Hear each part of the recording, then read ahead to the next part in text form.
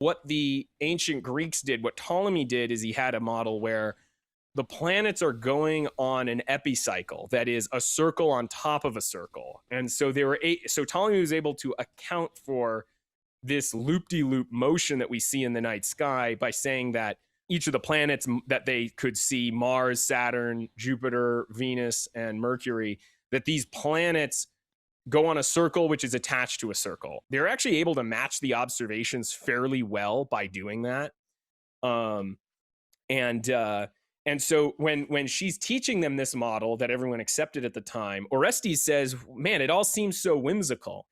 And she agrees. She says, yeah, the heavens should be simple. And someone mentions Aristarchus's view. And Aristarchus was one of the first people to say that the Earth might not be at the center, that the Earth might be going around the sun. And the reason the planets do this loop-de-loop motion is the Earth is just one more planet that's going around the sun. And so its perspective is changing with respect to the other planets.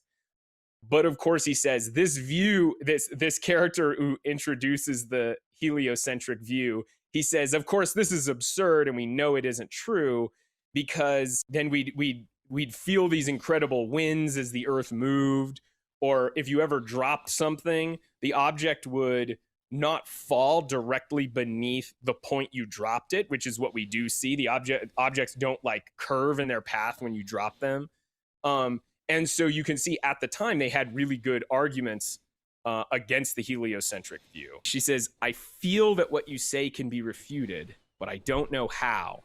So her intuitions are telling her, no, if we were moving, would it really do that? Are you sure? And so she felt like it could be refuted, but she knows she can't just use her feelings. So I love this, because this is how science actually progresses, where you feel something and your intuitions are making you aware of something, but of course it's not rigorous to just say, I feel like it, therefore I'm going to believe this. So she doesn't, just immediately accept the heliocentric view at that point, even though she feels like it has some merit. Later, she tests this idea. Orestes, now grown up, no longer her student, but now her patron, Orestes takes her on board one of his ships, and as the ship is underway, she has her slave drop a bag from the top of the mast. And even though the ship is underway, the bag, a heavy bag, right? It's not going to be taken away by the wind. So the bag drops directly, the bag lands directly beneath the point it was dropped. It's not like the ship carries on without the bag. Which does seem like it would. I think your intuition, right. My intuition would be, yeah, of course, if the ship is moving this way, you drop something, it's gonna, go like this. One question I had for you actually is, maybe you're going to get to this, but yeah, I'm curious, did they do this experiment back then, or is this fictionalized? Was that an experiment that came later? No, this is fictionalized. They didn't do that back then, but Galileo did this experiment. That's what I thought. It was way later. Yeah. So they brought this into the movie because this is something you legitimately, scientifically have to figure out in order to entertain the heliocentric. Yeah, it makes a lot of sense. Because like if it's a geocentric, if we're just stationary, which is what she starts at the beginning, right? She says, like the opening lines, I want to read the opening lines of the movie. How many fools do you think have asked themselves, why don't the stars fall from the sky? But you, who've had the teaching of the wise, you know that the stars move neither up nor down. They merely revolve from east to west, following the most perfect course ever conceived, the circle, like you've been talking about. And then she drops that handkerchief. It goes to the floor, and she steps down on the floor, and she's like, well, why are we going in this direction? And that's where you're talking about, it moves into the Ptolemaic system. And if it's geocentric, then yeah, like it makes sense that we're the center of the universe. Everything revolves around us. And now we just have to figure out what's going on with this. And the Ptolemaic, like you mentioned, it has two different circles. It has the one major circle of all the planets, or everything around us.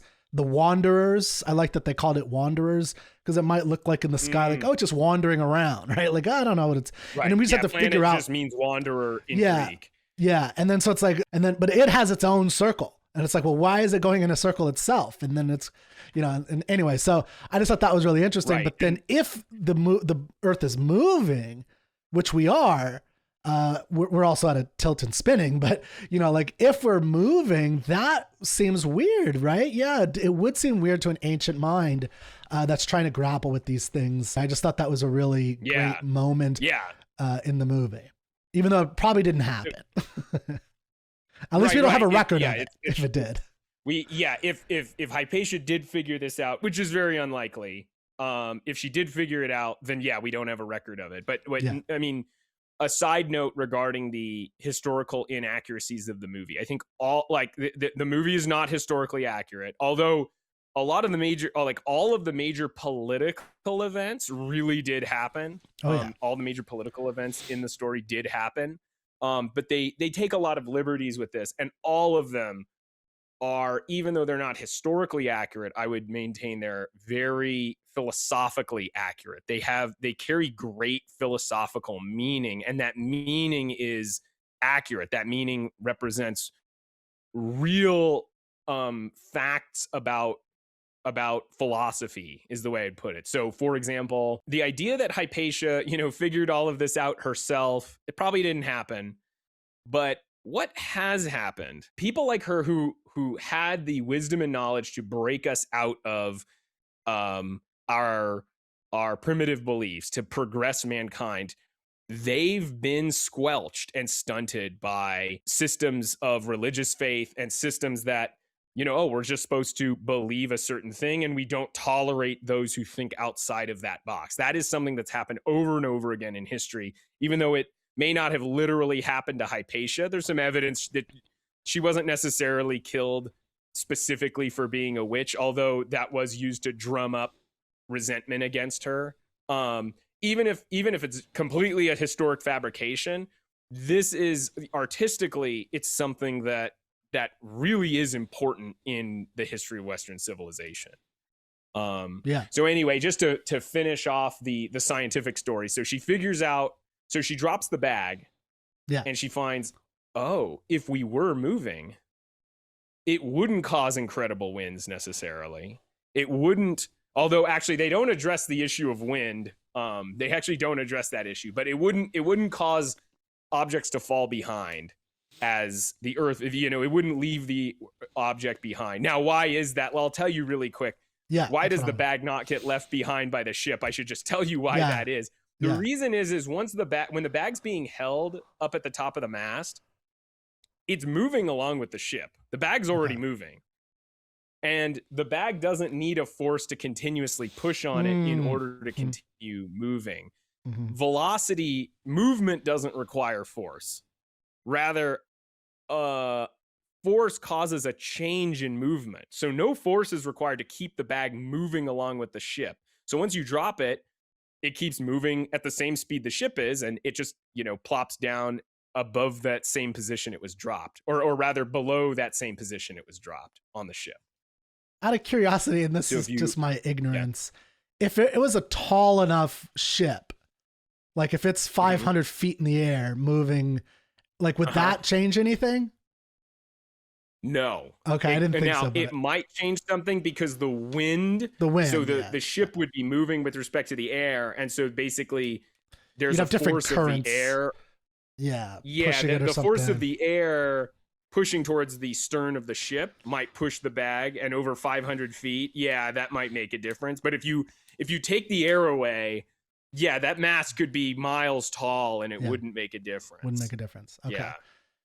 And I like the way she did it, or the way the movie depicted that, in the sense that she stood where she thought, like logic would say it would land. And then she was disproven. She's like, this is where it will land. And then she's happy about being disproven.